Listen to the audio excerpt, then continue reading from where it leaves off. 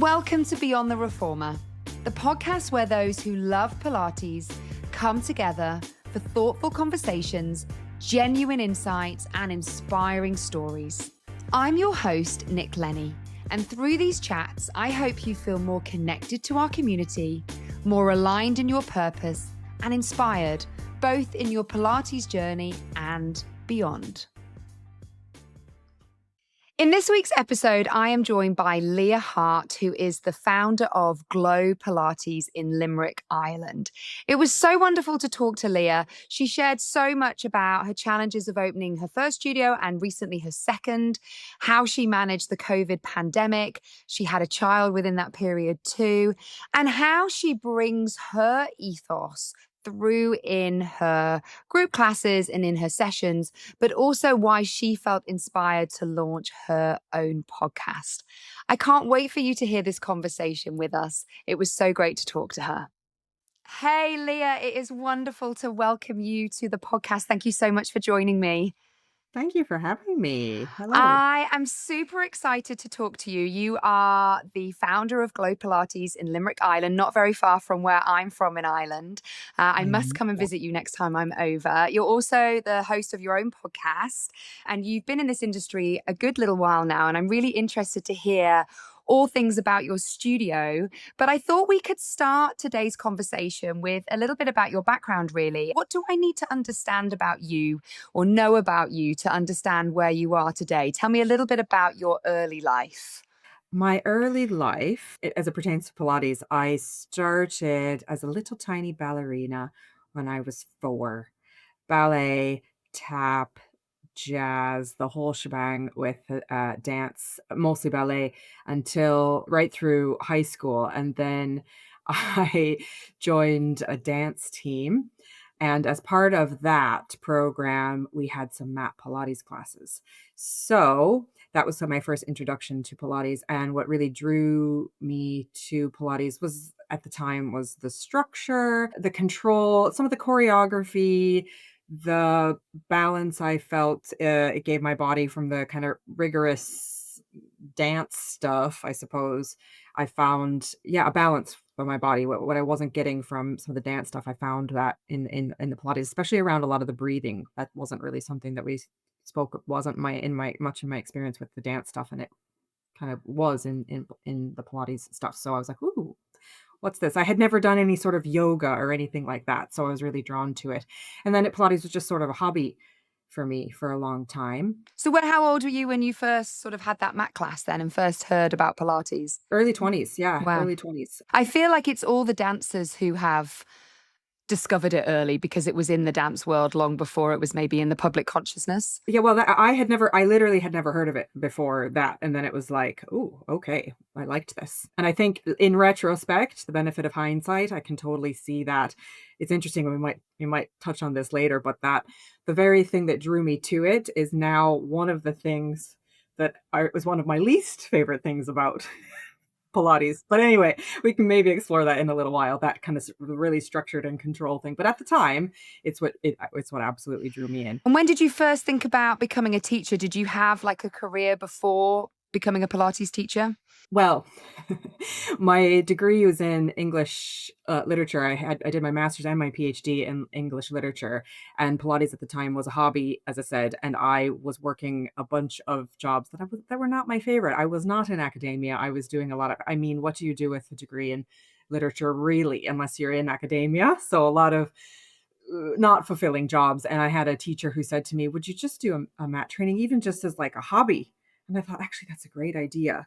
So I did, and kind of really just as a hobby, because I loved learning, clearly seeing the other education through for as long as I did, and did a 6-month mat training here in Ireland, and then started doing a couple mat classes, again, literally just as a hobby, as in, teaching real clients, but in community halls and gyms around. And one thing led to another, and here we are. And here we are. I always Yeah, joke so I joke that this was my plan B, and people think that's hilarious. Yeah. It was never like I'm gonna own a bit. I was certainly never I'm going to own a business. That was never on my radar. It was never like, I'm going to be a Pilates teacher. It was always just sort of this like, I might try this and like see where it takes me. And I think when I run my own teacher training now, and I always have a little call with people before they think about joining, and we have a chat. And then the amount of people who say to me, "Oh, I don't know if I'm ever going to do anything with it, but I'm really interested in it." And I say, they always make the best teachers because I think they yeah, go into it for the right reasons. They're just like, I love this practice. absolutely. So, what Yeah, took you from that absolutely. kind of hobby to then thinking about opening a studio? So I was teaching in another studio in our area for quite a long time, actually. I think I needed something a little bit more for myself. I've maybe felt the limits of just working for another person for a number of reasons. And I just felt I had some things in my personal kind of family life happen too that sort of shook me enough that I was like, okay, I think I need something a little bit different, and a few nudges from clients actually too. Would you ever think about opening your own? Would you ever think about opening your own? And I think my own, I had been teaching long enough mat, and by that time, reformer and the other equipment as well. I think I had enough of my own teaching philosophy that was just differed slightly enough from the other place that I was like, look, I need to kind of do my own thing. And so I took that leap again, interestingly enough, and I think I like to call it blissfully unaware, a like a very wholesome naivety around owning a business that served me well. It kind of led me towards I'm gonna just do this so that I can do Pilates in the way that I think would be a little bit better and more fulfilling for me. That was kind of the motivation behind that. And again, my approach was I'm not going to open a big, huge studio space. I'm just going to sort of see could I even find a location? At the time, there were so few, like literally, I mean, we're talking some practical limitations, like there were so few spaces available. And then, like, what would I call it? Where am I going to get the money? And how do you buy equipment? I didn't, how do you register a company? How do I buy a website? All this stuff I had no, but I just thought, well, let's take the steps. And if something stops me, sure, that'll stop me. But it didn't. And again, here we are. It's funny because one of my friends is a lawyer, and she always says, like, I don't understand how you manage the risk of what you do, like opening studios and things like that. And I think there you have to have enough planning, of course you do, to make it land. But there has to be, like you said, a little bit of naivety and a little bit of like, I just have a belief that it will work because otherwise it would be too scary. I agree. I think you either have to I think it could work if you had arguably a business background, a business degree, or other some other applicable degree, maybe even sometimes I think like an HR degree, something that's applicable or an accountancy background, something that's either directly relatable or the right amount of people that you can lean on who have those expertise, of course, but also that like you said, that belief and faith that you're on the right path and the right people to ask, the right support. You need those resources, of course you do. Otherwise, you're just being probably a little bit foolish. But I think if at the time, if I would have known now what I knew then, I don't know if we'd be here, but it's been absolutely the right thing at the same time. Yeah, for sure. I mean, it's such a steep learning curve. You learn so much. And you touched upon the nerves. What was the marketplace for Pilates like in Ireland? And I guess especially Limerick, it's a smallish city in the Mm, country for people who don't know. I feel like there weren't lots of studios. Did that no, help no. you? I felt like when I opened my studio, there were none in Bristol. And in a way, that helped me because I thought, well, it works Mhm. the world over. Why wouldn't it work here? Yeah, Versus now, it's such a crowded market. I think I would find it even scarier to think I could cut yeah. through. But I wonder how you felt about in the city that you're in. Yeah, it's very, very similar to what you just described. There was only one other studio, and I was working at it. So when I departed, it did work in my favor because many clients came along with me, and even those that didn't, it certainly was not as popular as it is right now. So I didn't have the benefit of like hundreds of people wanting to start Pilates every few weeks, but we had there it was a growing interest that absolutely worked in my favor. But again, it was still that sort of convincing. It was a predominantly a reformer Pilates studio. We had a couple mat classes and we had the other equipment kind of for private Pilates use, but it was still sort of like we'd get inquiries and they thought we were mat class and I was like, what is this? So there was those first couple years, it was a lot of explaining, oh, it's reformer Pilates. What's that? What year did you open, Leah? 2019, Nick. Yeah. It was, I mean, I opened 2015 and nobody knew what reformer was. People walked into the studio, thought the equipment looked weird. And when I was talking to Claire Sparrow, she was saying that mat was the revolution, that before reformer, everyone was talking about mat. That's all they knew about it. So there was so much education coming. It was really interesting hearing her thoughts on that. Now it's all about reformer, and you're trying to explain to people that actually mat is still quite important. We should still have some mat work and all the other pieces of equipment. And I guess also that it's part of this big, it's a system, it's a philosophy, it's a way of life, which I think is being missed by some studios at the moment, really. There's a real focus on the fitness aspect of it, which is fine. I enjoy it. I have fun when I go to those studios. But I think clients don't know the difference because it's an unregulated industry. So Pilates is Pilates, reformer Pilates is reformer Pilates. And yet, like you said, even in the studio you were in, you felt like you had your own philosophy that you wanted to try and bring to life. What were your challenges in the early days of opening your studio? You talked about just the business challenges of trying to figure out, like you said, the website and stuff like that.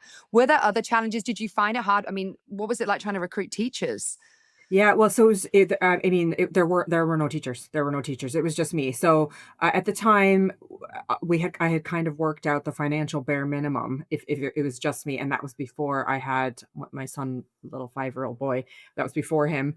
So it was just me, so I could work, teach loads, and I had a couple other amazing, very part-time people that I knew, but in terms of like recruiting, that wasn't even there was nobody, as in they worked for the studio. So a couple worked for both. That didn't work well at the time. There was two. Anyway, we won't get into that, but that didn't work very well. So that was a massive, massive challenge. But that being said, the financial, I had worked out as we moved forward that if it were only me, I could meet the minimum, of the rent and the whatever, all of that. If we only had, I can't remember exactly, let's say if we ran 15 classes a week and a certain amount of privates, I can make this work, and paid myself next to nothing. I actually think I didn't pay myself at all for quite a while. We could make this work and we can make a start. And it was just really organically, little by little, as client interest grew. I think the universe was just very much on my side. Things started to fall in place. I don't know if you're doing the calculations, but then everything came to a rapid halt less than a year later.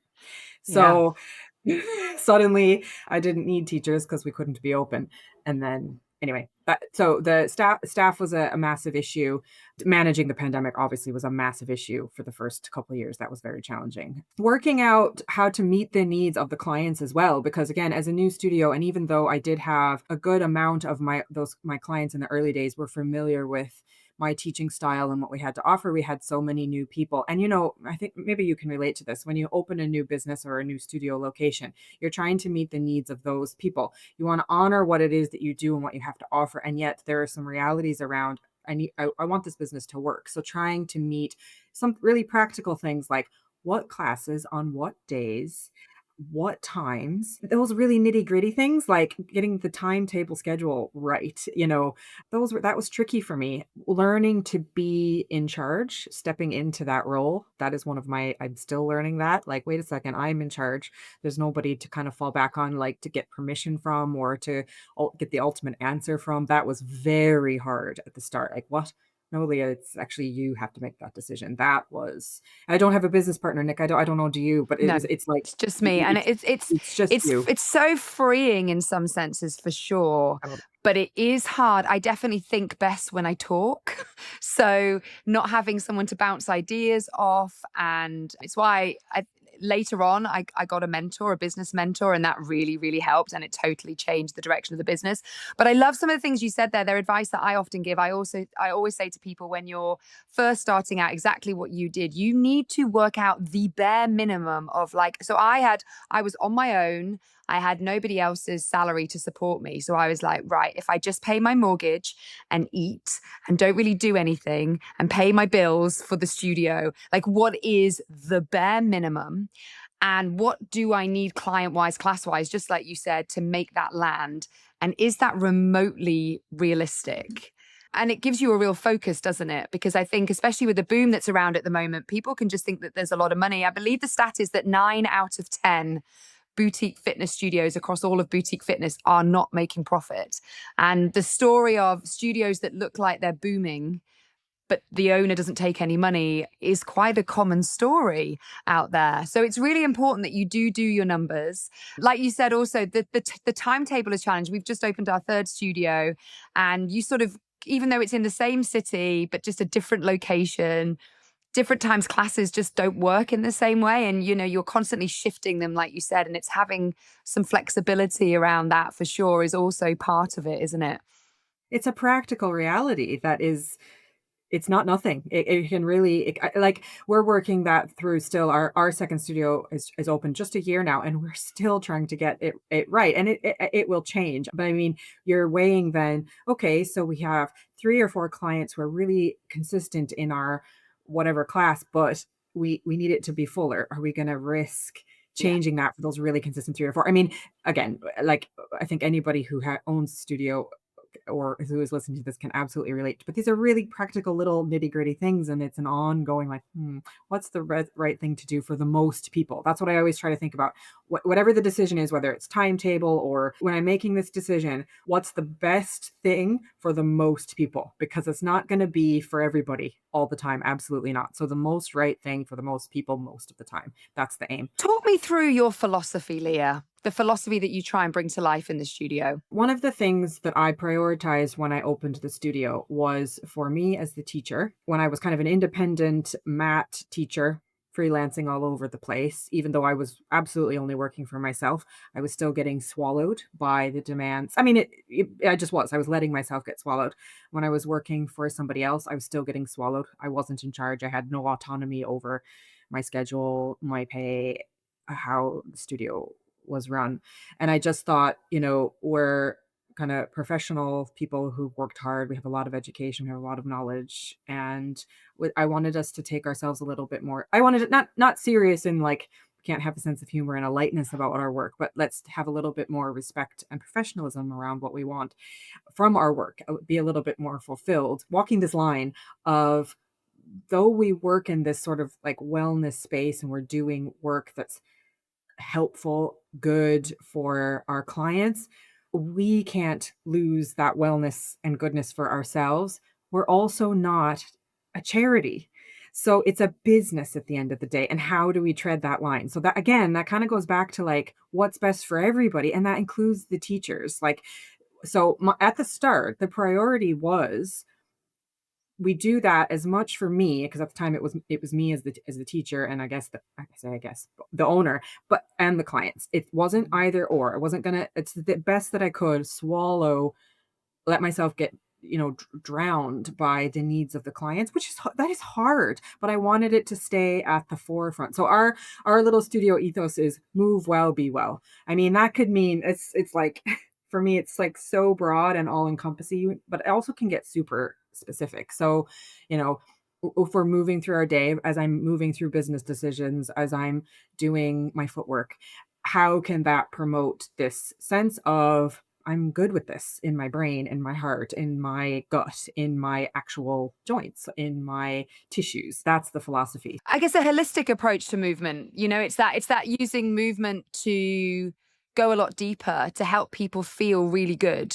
And what makes people feel good is kind of what you touched upon about how do you satisfy the clients that you've got. I think what makes people feel good is different. Some people want to work out and they feel really great from that big burnout, that they enjoy that burn in their bodies. Other people like myself, I'm quite prone to burnout, so I don't do very well with that. So actually, I think what I loved about Pilates was it was softer, it was slower. Like you said, it focused on the breath. I felt amazing at the end of a class. I felt more like I'd had a massage than a workout. And yet my body started changing and I was like, whoa, what is this thing that I can feel so relaxed from? And yet it seems to be doing more from me. And I think as I've learned more about the science of it, if you're someone who's constantly burning out, you don't need a movement practice that takes you to that adrenaline fueled place. And I think Pilates, the kind of Pilates I believe you teach, I think we teach it similarly.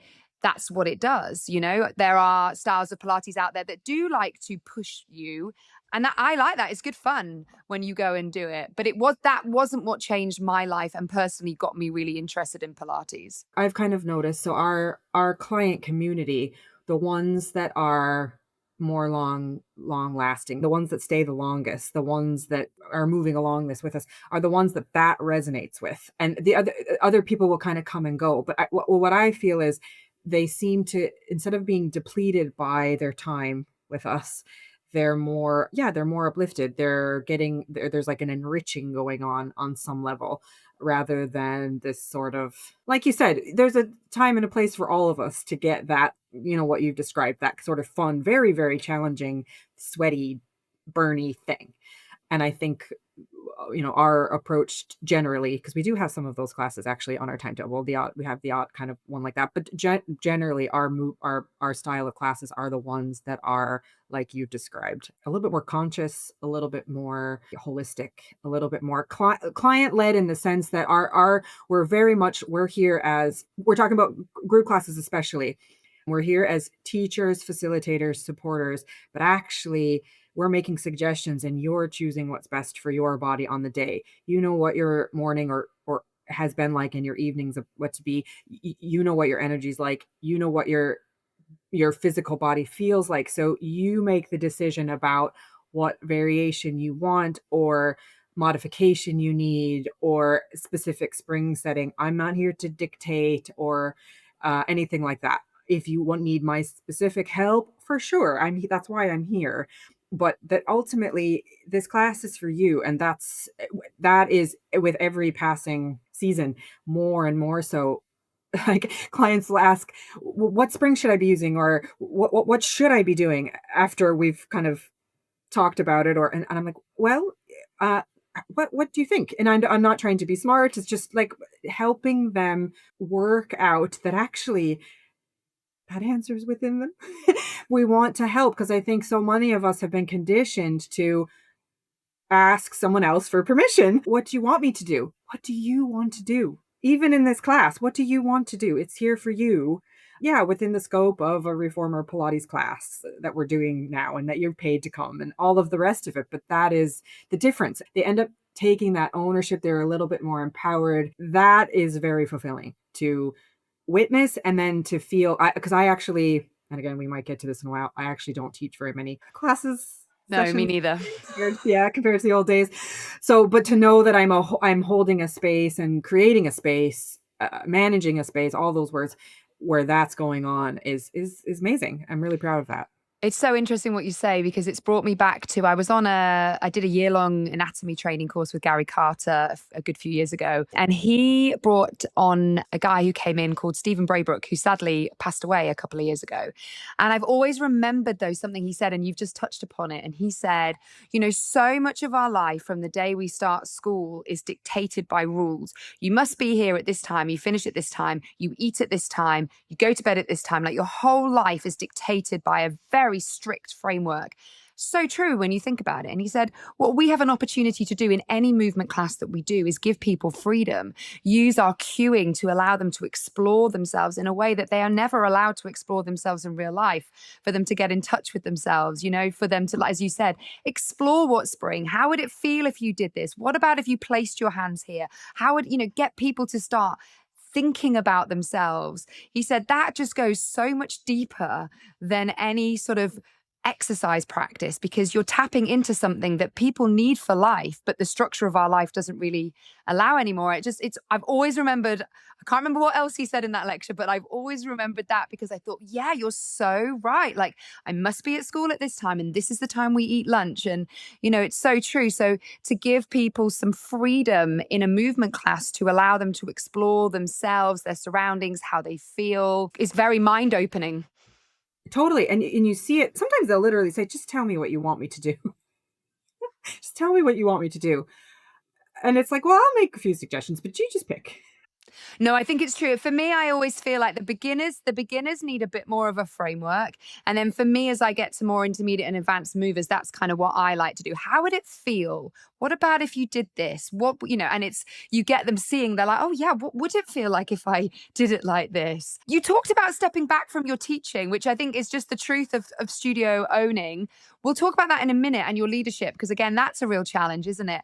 How do you now go about recruiting teachers? Is it easier? And do you feel like to bring to life your ethos, do you have to do kind of internal trainings, like mentoring with them? Like, how do you get them on board? Because again, for me, I feel really passionate about that. We have an ethos that seeps through our studio, as opposed to having lots of individual teachers who are very well trained, but kind of coming as a collective. For me, it's like I want them to come as a collective, but then buy into our ethos. How do you approach that challenge? Yeah, my team to date, the ones that have actually ended up teaching, have either been clients who have eventually done teacher training and started teaching with us, or I work as a mentor on with the Polestar education team, and we have hosted a few teacher trainings here, and they have done the teacher training with Polestar and they've ended up teaching.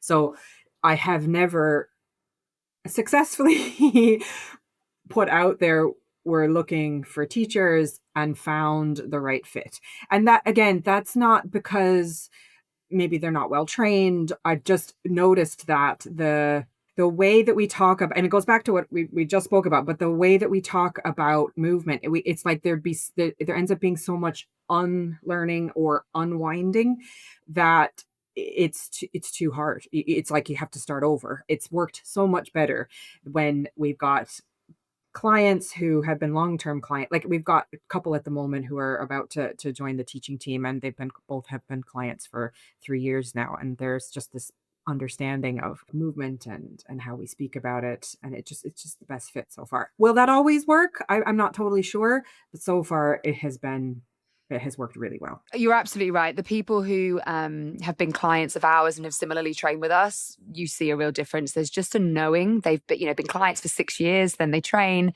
There's so much that they understand. And it's interesting how we were both trained with the same teacher. And I think we were really privileged to be taught a lot of the depth of this work from a real anatomy perspective. And in my teacher training, I say to people, listen, this isn't me preaching on high. I want to encourage you to be curious, to ask the why. Why do we say this, or why do we not say this? Why is this helpful? Why is this not helpful? And when you understand the why, it's very hard to ever think that another approach is okay. And so similarly, the constant teaching of engaging muscles and the language around let's fight, let's make our language make this feel even harder. I said to someone the other day, one of my trainees, I said, if this is a really spicy exercise, so your cueing has to make it feel blissful, how do you help them into it in a way that they can feel the lightness and the softness here? And she was like, oh yeah, I never thought of that. And if that's very against the fitness industry in general, which is let's feel the burn, let's push so much. But also the like I said, the language around cueing engagement of muscles in particular is the big one that I see. Often I do education with our teachers because we need to get more than, now we've got our own teacher training. So really that's the only way that I personally want to recruit in moving forwards. But we do some training with the teachers to talk about that. But their minds are somewhat blown when you explain it to them. And then they can feel very much like they've had a load of language taken away from their teaching, and that can take time. And some people really quickly resonate with that and want to come along with these thoughts that we're talking about. But there are other teachers, I'm sure you've experienced that. They're like, this is how I've been taught and this is what I believe in. And I'm like, that's fine, but we're not right for you then. And that's what I was trying to touch on when I said, like, then the hurdle, because it's like, you're actually wonderful person. There's like a lovely like vibe kind of thing, but to kind of help you overcome some of that, it just won't work for you to come in and teach saying, have a core set and squeeze it, but then also breathe, but then also move. Our clients are going to be very confused. I can't invest in that, to help you unlearn it all. I just can't. So it doesn't. Absolutely. Yeah. So talk Yeah. to me about your decision to open a second studio location. How did that come about and what challenges have you experienced with that? our original studio opened in 2019, I had actually almost opened a second location 3 times. Again, taking that same, "Will I?" And then it was like, "No, I won't. Will I?" And then, "No, I won't."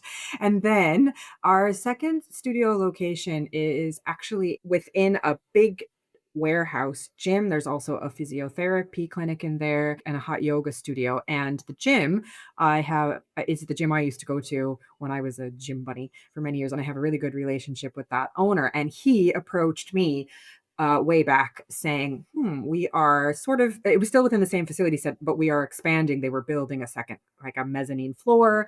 And we think Glow would be a really great fit because there was, he loved to use the word synergy. There's a real synergy between your studio brand and our approach to a gym movement, which is true. And I knew that because I had worked with him for so long. And I thought, wow, okay. And at the same time, original studio was like bursting at the seams, like waitlist, nowhere to put anybody. It was getting a bit, clients were nearly getting a bit annoyed. And we didn't have enough hours in the day or teachers. Like there was nowhere to go. That kind of dovetailed really well with, we had completed one of the Polestar teacher trainings. So I had this group of maybe we could take on some of these people as staff. And I thought, I feel again that the universe is giving me a little nudge, so let's see where this takes us. So several things came together and here we are. So yeah, we opened last year. It is a totally different experience than the first one. It's a different area of Limerick, of the city where we are. So slightly different needs. Actually just the vibe of the studio. The first studio is inside the kind of the city center. We're along the river. The other one, again, we're in a kind of funky warehouse building. So it actually feels different. Demographics a little bit kind of younger. So the needs feel a little bit different. I'm not there as much. Like originally, the first one I was there all the time. All the time, all the time, all the time. Felt it, got a sense for what it was like. That has not been the experience. So it's just, again, the learning curve was different. Suddenly our staff was double, that whole timetable thing. It's been good. It's been a slow but steadier burn. Has that been a challenge then on your kind of leadership skills? That certainly has been for me. Every time we've opened a new studio, I feel like I have to shift the way that I communicate, the way that I manage, the way that people have access to me, because the way that people had access to me when it was one tiny studio is very different now because I can't be that available, but I want to still seem so available. So how have you kind of found that leadership change for you? Massive learning curve. I feel like I'm still a kind of like very much, well, I'm not at the start of it, but I'm feeling my way through it. Things like team meetings more regularly, because before we just always saw each other. So it was like, and we rarely had official team meetings, and we were so tiny. It was like, it was less necessary. Now it's like more regular team meetings where we can come together. Still probably am as available as I'm still available a lot. When I started getting more serious about the talks of opening a second studio, I think this is very, very important to mention it. You mentioned it yourself. I too have a business coach who actually is a Pilates person as well. She has been, I can't overstate, instrumental in helping me navigate so much. And the fact that she has, it's Jenna Zaffino. I don't know if you know her. She's American. She's literally been through all of this. Plus, she's just an expert. So she has really helped me with everything, setting boundaries, making plans, working my own personal issues. It's been really, really helpful. I'm continuing to feel my way through how this needs to look. I'll just be really honest, maybe a little bit vulnerable here to say I wouldn't say I'm not a natural leader, but I'm still sort of like, I'll say I'm quite close with one of my Catherine Brown, who I do our podcast with. We're very close. And so I'll still say things like, I guess I'm in charge. I mean, I guess whoever put me in charge, I'm kind of uncomfortable with that. And it's like, well, no, you are. And the newer team members only know me as that. They don't know me as anything else. We weren't friends first, or we weren't really friendly colleagues. So it's like, you just need to working on owning that role. And this second studio has very much pushed me to do that for myself, for the sake of the business, if that makes sense. For sure. I know myself, I had to really get comfortable with the title of like, I am the CEO. Like I used to have to say that to myself. I think for me, because I kind of because I left the corporate world. Like, to me, I symbolize that with the corporate world, but I had to start seeing that. And it's Mm. exactly as you said at the beginning, all those teachers, we were friends or they'd been clients a long time, or, there was a big relationship. But there are, like yourself, people who come in now, they only know me as the studio owner. And so, yeah, you have to kind of, there definitely is a persona that you have to fulfill because all these people's jobs are relying on you too. So you Yeah. sometimes have to make difficult decisions. You have to have difficult conversations. Like, I'm a Libra. I hate confrontation. People are really surprised by that. I hate it with a passion. But sometimes, like, the buck stops with you, and you Yeah. have to deal Yeah. with something, and you have to have those difficult conversations. And you always try your best to have it with compassion as best you can. But it is tricky. And it goes back to, like I said a while ago, well, if I can bring myself back to what was one of the things that was at the forefront of my mind when I even started down this journey. The teachers, the team, we are a priority in this work. Okay, well, actually then you are doing yourself and your team a service if you put on that you're in charge role, because they need you to do that. They need you to be this person for them in this business, because you are their person. I could quite easily whatever, you figure it out, you're the teacher. I don't know, like, we need cleaning wipes, you get them, like it's your class, that kind of thing. No, no, no, I'm talking cleaning wipes to tax returns and everything in between, but that is my responsibility. And again, this might be such a obvious thing to say, but even having things in place, like, you're saying, the buck stops here. You have to make those decisions. What's helped me so much, which is something that was not on my radar for the first couple of years of business because we had such a tiny team. Okay, so we have policies around this now. Instead of me having to make a decision because somebody's asked, it's like, well, we actually have a policy for that. So I'm not making the decision anymore. Policy says this, so it's like, but this isn't in any way personal, even for like, well, there's only 8 of us. So I'm not, it's not like there's 18 or 80. There's only 8 of us, but still, the policy says I made this decision prior to all of this about this policy. And that has helped so much. My brain didn't go there because my brain at the start was timetable, class content, website, studio furnishings, reformer equipment, and now it's like policies. It's shifted We've so just much. created a new platform for all our SOPs, our standard operating policies, for the same thing. And it's true because, again, lots of people who've done our training and they're talking about maybe setting up their own studio. And I always say to them, just because you're a good teacher doesn't make you a good studio owner. It is a whole different job, like you've really sort of talked in detail about today, which has been really great. And there are different challenges. I get a real kick out of learning the craft of the business. And I think since I've had my mentor, I'm like, wow, there's like so much to learn in this field that we don't get taught in our teacher trainings because we're being taught to be a teacher. And also for people to understand, if you love teaching, be a teacher, because if your business gets bigger, you have to step back in order to support the team that you've built. I'm also interested, Leah, you said before about your son. Your son was born a few weeks after my son in COVID. Would you remember that's how we first started chatting? How do you balance the demands then of the 2 studios with, a young family? It's tricky, and I have a lot of gratitude for, so as much as it is quite challenging to own your own business, like, for a number of reasons. One of the things I am daily grateful for is the flexibility that at the end of the day, if I had to say, I am literally doing nothing but caring for my sick child today, I have the choice to make that, and then everything else just has to fall in place.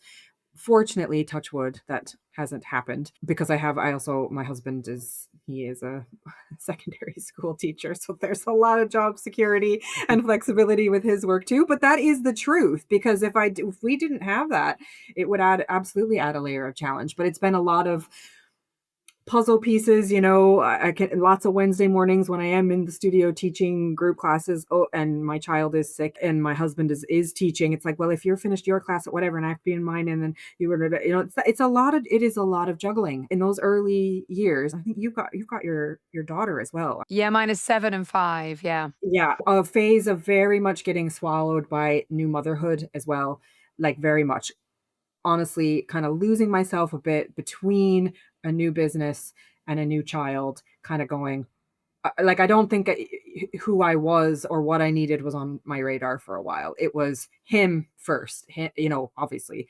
And then, okay, but now the business and the clients and the staff. And then it was like, that was very hard. That was very hard to kind of go, wait a second, I'm getting a bit lost in all of this, and slowly starting to pick my way out of like, wait a second, I could probably do with some fresh air. I could probably do with some Pilates. I could probably do with a bit of exercise, and like having to schedule it in, like put on my little diary Monday, whatever, 9:30, go outside or whatever it is, really practical, basic things, because quite easily it could be if I open Instagram and there's some DMs about getting started, suddenly that half hour is gone with replying to those people. It's so easy to get carried away by that. So sticking to really basic self-care is such an overused phrase, but honestly, some self-care stuff, because otherwise it goes out the window. And I went through a period of getting really irritated at myself. I nearly felt like almost like a fraud. Like, here we are literally having a business where we're helping people take care of themselves, and I'm not even actually doing it for myself, which was magnified in motherhood with a young child, which I think is normal. I don't think that's unique to being a Pilates studio owner, but wow, did I feel it. And It's like, not, but I don't think, you don't take a year off. You can't, because you have a studio. oh, You're, a couple of days in, you're having to deal with, even if it's a minute or an hour of something, you're having to do it. That is a challenge. It's very natural for mothers in any profession to put themselves at the back of the queue of their life. It's hard when you're a wellness professional, like you said, and I find myself saying this all the time. I'm giving this great advice to someone and going, Nic, you should really listen to this, because I joke to my clients, say I'm in the studio all the time and I struggle to go to Pilates. yep, Yeah, same. you have, like you said, for me, same. I have to have like non-negotiable. These Mhm. are the things I'm doing to look after myself, Mhm. so that I am refilling my cup, because you're in the wellness space, but you can still burn out. 100%. And have, like you said, prone to it for a number of reasons. I think a lot of people who come to Pilates are prone to burnout. Talk to me about your podcast. What sort of drew you into starting your podcast? I will be so honest. Catherine Brown wanted to start a podcast. And I was like, oh yeah, okay, whatever. And just put her off, put her off, put her off. And she was like, we're doing this. And I was like, okay. And she did all the research about, you need to do at least 20 episodes, got to get through 20 episodes. Otherwise, do you know this, Nick? You got to do at least 20 Well, episodes. I'm listening. So we had this goal, 20 episodes. And actually, we're going to start recording our fourth season. So we've done 20 episodes each season, and we're recording our fourth season next week already. So anyway, we just thought it would be another way to talk about what we do and how we do it. So yes, specifically Pilates, but it's the Move Well Be Well podcast. So again, sort of taking that specific to us, but still sort of that broad thing that can mean a lot of things. So a lot of topics in and around movement, Pilates. Some are a bit broader. She's also a physiotherapist, and she's done some breathwork specific courses. So we talk about that. Yeah, broadly that. And it's a way that we can talk a bit more in depth about stuff that maybe we can't touch on in a regular group class. It's been a really nice kind of conversation piece for the clients that do listen to it. It brings up stuff then in classes. Oh, you said on the podcast, blah, blah, what do you mean? Or is this what you meant? We've had a couple client guests on kind of, talking about their experience with it. Yeah, it's just a way to sort of reach a few more people. I think our audience is a little bit more our clients and like community people, as opposed to industry people, if you get Yeah. me. And it's obviously had a So yeah. positive impact if you're now on your fourth season of Well, 20 episodes. we sort of joke. Is anyone listening? Don't know. I don't know. Because again, the deal was, she's in charge of all the technology. So I don't actually know. She sees the stats. No, they are listening. Well, they are if they're So we're gonna, mentioning it in class, aren't they? We often have our trainee teachers come and assist, for example, in classes, in our equipment classes. And sometimes Mhm. the clients will hear things I'm saying to the teachers, and it Yeah. sparks their interest. And I guess that's what you get to do on an even greater level.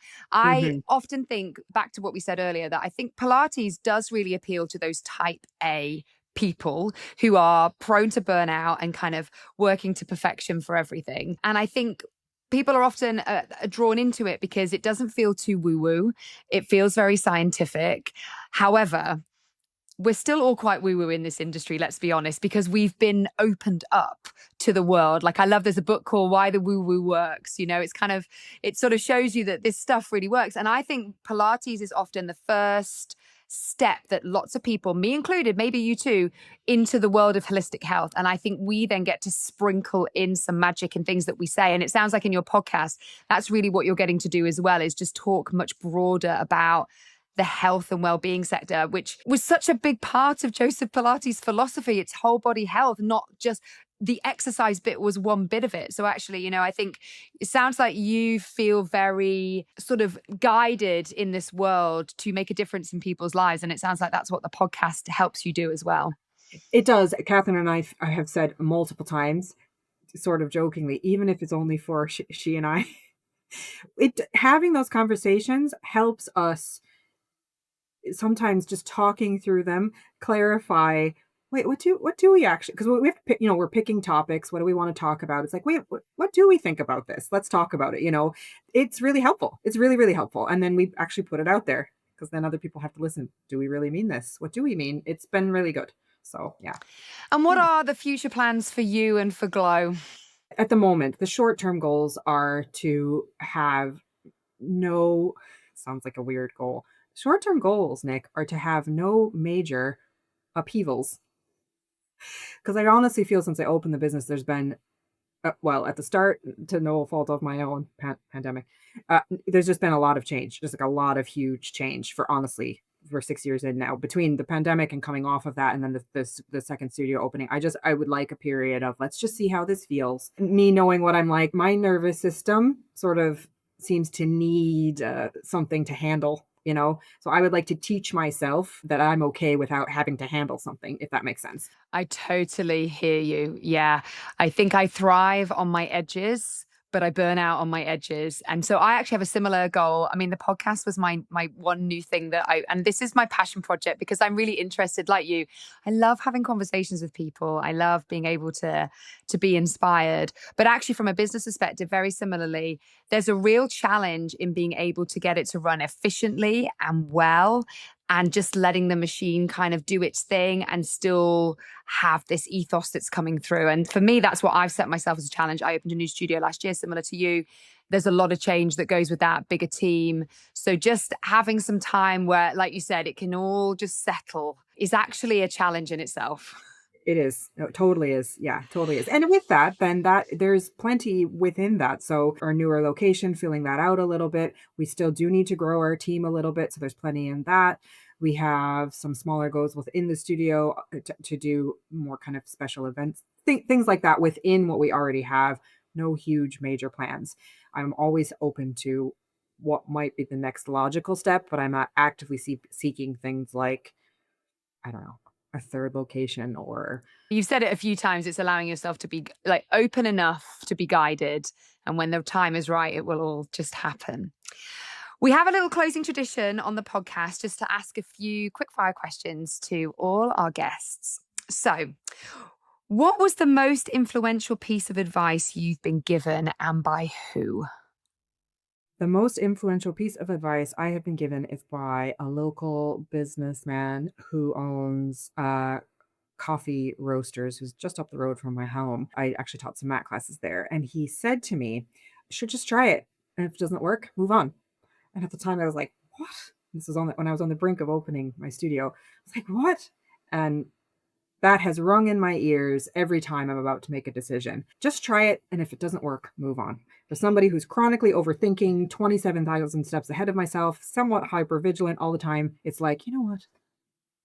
Just try it. If it doesn't work, move on. There was a line in my business plan that was like, well, what if it all goes tits up? And I was like, I'll just go back to marketing. And that's quite nice, isn't it? And then I think you also structure your business around not making too many things that you can't get out of. So for me, I've never taken big loans. I've always wanted to be able to say, like, the worst things happens. We sell the reformers, we give up the lease, we kind of plan it in. So I love that. Yeah. What mentors have shaped your life? Diane Nyan was Bussy on the Polestar teaching team, for sure. They have changed. They changed so much. I had done my mat training and reformer training elsewhere. When I shifted and did my comprehensive with Polestar, that changed everything about how I viewed movement in general, actually my own life in general. I think you understand. It might sound crazy to people who haven't experienced it, but it is true. How I viewed myself and the way the not the ripple effect that has had. Oh, for sure. So I talk about how Pilates changed my life, and people think it's because I became a Pilates teacher. I was like, no, no, no, no. It's because I met Diane Nye, and she just shifted everything I felt was true, wasn't. The need to constantly push harder is not how you do the advanced work in Pilates. You have to get softer. You have to get more relaxed. And actually, it comes from efficiency and it comes from ease. And for me, that's the message that I was like, whoa. And it's like, what if I was like, I remember saying to her one day, could I have that in the rest of my life? She's like, yeah, you could. I was like, oh, That's it. It starts with that perspective about an exercise or a movement in Pilates from Diane Nye. And then you're that same thing for me. Then you're like, wait, if I can have this here, then I can have it somewhere else too. And it changes your life. It really does. Yeah. if you could go back in time and give your younger self some advice, Leah, what would that be? Again, it's going to sound a little woo woo, but it would be to trust myself sooner. So listen to yourself sooner. There's a skill, isn't there, in being able to listen and hear. Hard. It's hard. Yeah. And like we touched on way earlier, we're sort of conditioned to we need permission or someone else to tell us what to do. That is not, and again, I think for type A, and I'm going to say women as well, that's not the norm. We're conditioned otherwise. So to unlearn that is honestly only in the last couple of years. I just turned 42. So I think the turning point was for me, it was just before 40. I started to go like, "Mm." And yeah, so that like, We're the same age, with the same are age we? child. I'm Yeah, 42 as yeah, well. Yeah. yeah, yeah, yeah, yeah. And then what has been, and you've talked a little bit about this already, but what has been the most profound gift that Pilates has given you? It's kind of all wrapped up in the last couple answers. I think Pilates has given me some of the tools to start to connect with myself. So, some of the language, I mean, like the actual words, but like the language in a more abstract sense of like feeling my physical self. How do I feel what I need? And how do I then listen to that? What do I do with that? That is such a gift. And it has been the way in to then trusting myself. I'm sure you understand what I mean. Probably if you're in the Pilates industry and you're listening, you probably understand what I mean. But that is a priceless gift. Yeah, for sure. Thank you so much, Leah. It has been an Thank absolute you. dream to talk to you. It's been lovely to get to know you a bit better and to hear your story Thank and you your so challenges. And much. I'm sure they'll resonate with so many people. So thank you so much for taking the time today. Thank you.